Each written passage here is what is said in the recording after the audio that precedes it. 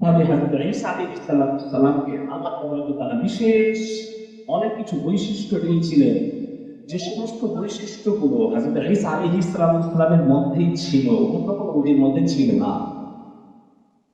এক নম্বর তার স্বতন্ত্র বৈশিষ্ট্য ছিল এটাই যে তিনি বিনা বাপে জন্ম নিয়েছেন। তার মা হযরত মারিয়াম, হযরত ঈসা আলাইহিস সালাম তার মা হযরত মারিয়ামের গর্ভে জন্ম নিয়েছিলেন বিনা বাপে। আল্লাহ তাআলা তার যে কুদরতের বহিঃপ্রকাশ ঘটিয়েছেন, বিনা বাপে জন্ম দিয়েছেন কাকে? হযরত ঈসা আলাইহিস সালাম। এটা প্রথম তার সমস্ত বৈশিষ্ট্য ছিল। অন্য কোন নবী এরকম জন্মগ্রহণ করেননি বিনা বাপে। দুই নম্বর হযরত ঈসা আলাইহিস সালামের স্বতন্ত্র বৈশিষ্ট্য এটাই ছিল যে তিনি কোলে থাকা অবস্থায় জন্মানোর পরেই সঙ্গে সঙ্গে তিনি কথাবার্তা বলেছিলেন। যখন তার মায়ের অপবাদ লাগলো, হে মারিয়াম, তোমার বাচ্চা কেমন করে হলো? নিশ্চয়ই তুমি খারাপ কাজ করেছো, নিশ্চয়ই তুমি ব্যভিচার করেছো, নিশ্চয়ই তুমি জিনা করেছো, যার জন্য এই বাচ্চা জন্মগ্রহণ করেছে। তো তুমি নিশ্চয়ই খারাপ কাজ করেছো। তখন হযরত মারিয়াম বাচ্চাটিকে আঙুল তুলে ইশারা করলেন।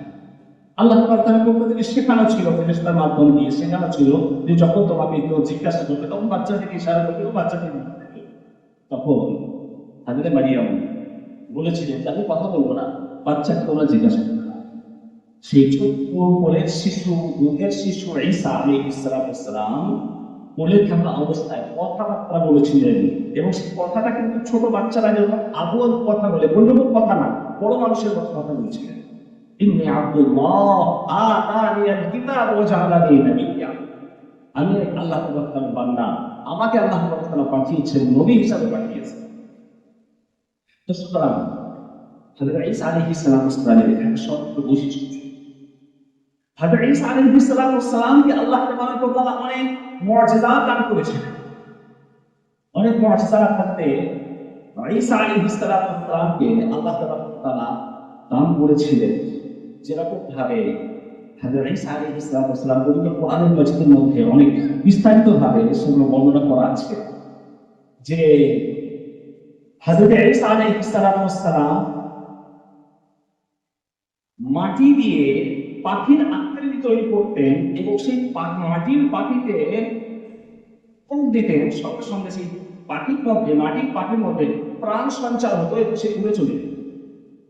মাটি দিয়ে পাখি, কাদা মাটি দিয়ে পাখি তৈরি করতেন, আর পাখি তৈরি করার পরে ছুট করে ফুঁক দিতেন, আর তার মধ্যে রূপ চলে আসতো, তার মধ্যে জীবন চলে আসতো, প্রাণের সঞ্চার করতো এবং সে উড়ে চলে যেত।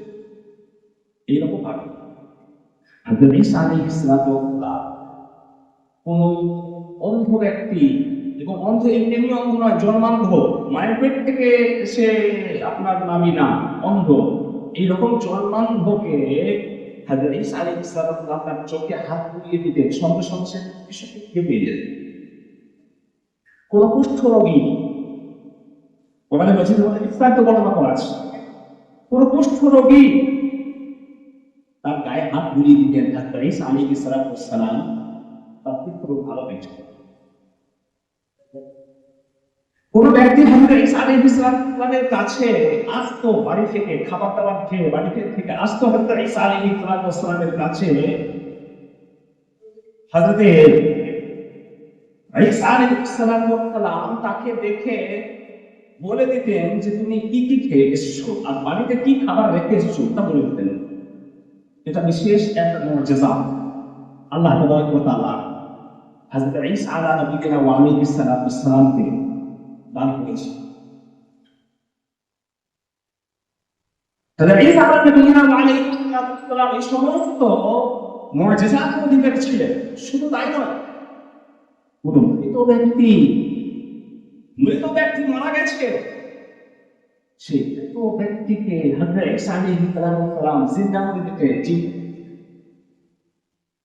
আল্লাহ তাআলা হুকুম, আল্লাহ তাআলার হুকুম ছাড়া নয়, বিসমিল্লাহ আল্লাহ তাআলা হুকুম করতেন। আল্লাহ তাআলা সেই অথরিটি, সেই পাওয়ার, সেই মর্যাদা তাকে দিয়েছিলেন। ওয়া উহিল মাউতা, মৃত ব্যক্তিকে আমি জীবিত করে দিই, হযরত ঈসা আলাইহিস সালাম বলছেন। তো সুতরাং এই সমস্ত বৈশিষ্ট্যাবলী আল্লাহ তাবারাক ওয়া তাআলা হযরতে ঈসা আলাইহিস সালাম দিয়েছে।